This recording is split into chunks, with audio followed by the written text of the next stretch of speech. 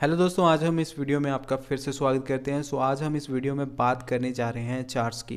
पिछली वीडियोस में हम स्टडी कर चुके हैं पिक्चर्स को, शेप्स को, स्मार्ट आर्ट्स को। आज हम आगे बढ़ेंगे और स्टडी करेंगे चार्ट को। सबसे पहले हम ये समझते हैं चार्ट को स्टडी करने से पहले कि हम इसका यूज़ क्यों करते हैं अपने डॉक्यूमेंट में। दोस्तों, चार्ट हमें आज़ादी देता है कि जो डेटा हमारा रॉज और कॉलम में होता है उसको अगर हमने एक बेहतर व्यू से किसी को प्रेजेंट करना है तो उसके लिए हम चार्ट का यूज़ करते हैं।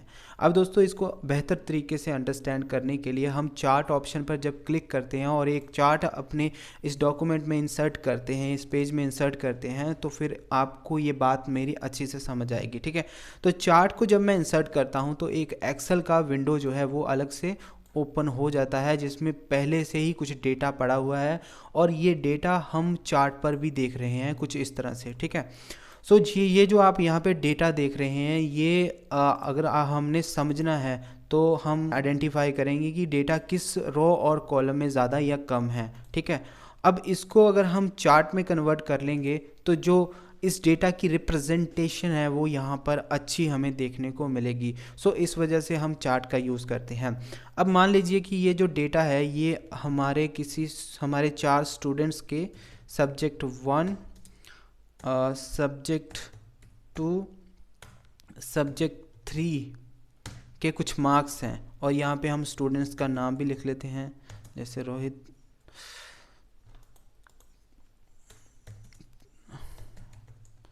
राहुल,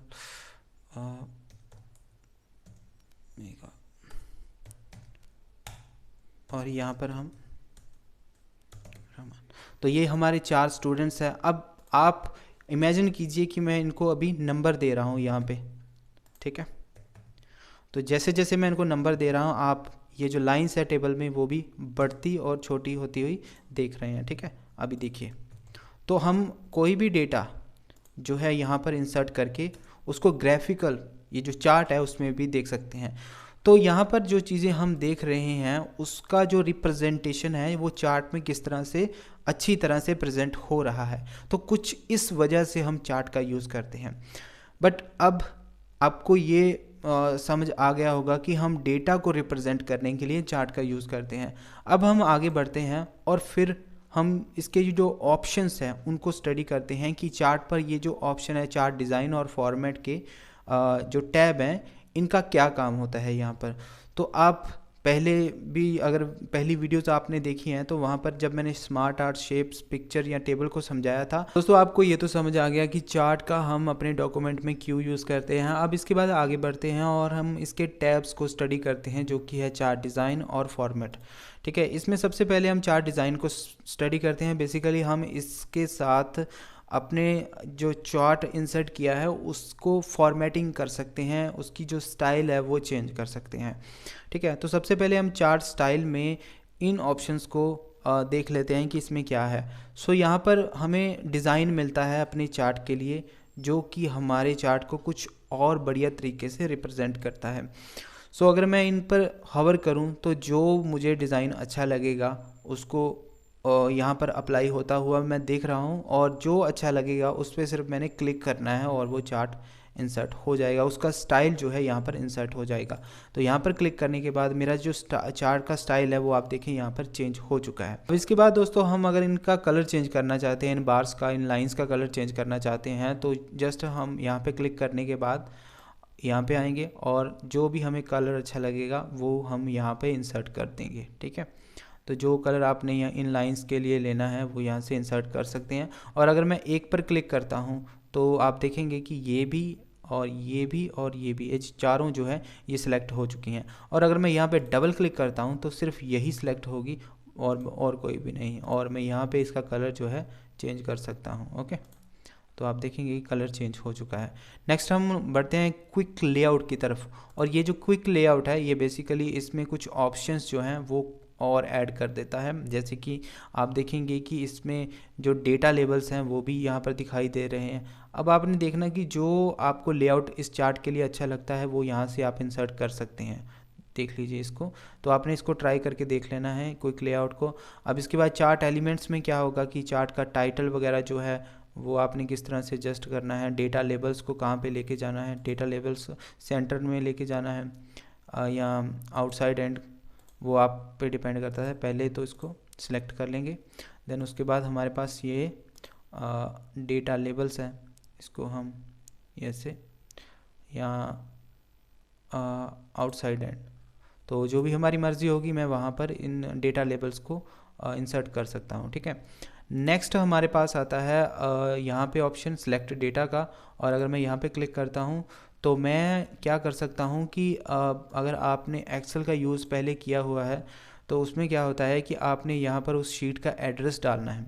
आपको पता होगा एक्सेल में अगर आपने काम किया है तो ये एक शीट का एड्रेस है जो कि यहाँ से इस शीट को यहाँ से फेच कर रहा है। तो अगर आपके पास और भी शीट्स हैं उनका एड्रेस यहाँ पे डालेंगे तो वो जो डेटा होगा वो भी यहाँ से आप एक्सेस कर सकते हैं, ठीक है। अब इसके बाद हमारा नेक्स्ट ऑप्शन है एडिट डेटा, और यहाँ पे क्लिक करने के बाद क्या होगा कि वो जो डेटा पर ये चार्ट बना है वो डेटा आपका यहाँ पर आ चुका है, और इसको अगर आप चेंज करना चाहते हैं तो यहाँ से चेंज कर सकते हैं। नेक्स्ट आता है हमारा चार्ट स्टाइल, और अगर आपने अब जो अभी आप चार्ट यूज़ कर रहे हैं उसकी जगह पे कोई और चार्ट इंसर्ट करना है, जैसे लाइन चार्ट करना है उसी डेटा पर, तो लाइन पे क्लिक कर दीजिए। अगर आपने कोई और चार्ट इंसर्ट करना है पाए तो उसको भी इंसर्ट कर सकते हैं। ये डिपेंड करता है आपके डेटा पर कि आपके डेटा पे कौन सा चार्ट आपने अप्लाई करना है, ठीक है। तो फ़िलहाल के लिए मैं यहाँ पे ही रहने दूँगा कॉलम चार्ट में, ठीक है।